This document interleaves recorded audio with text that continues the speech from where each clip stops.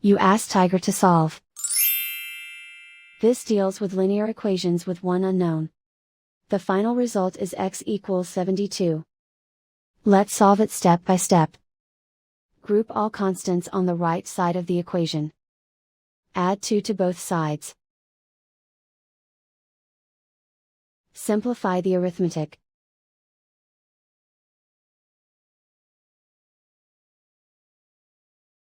Isolate the x. Multiply both sides by 3. Group like terms. Multiply the coefficients. Simplify the fraction. Simplify the arithmetic.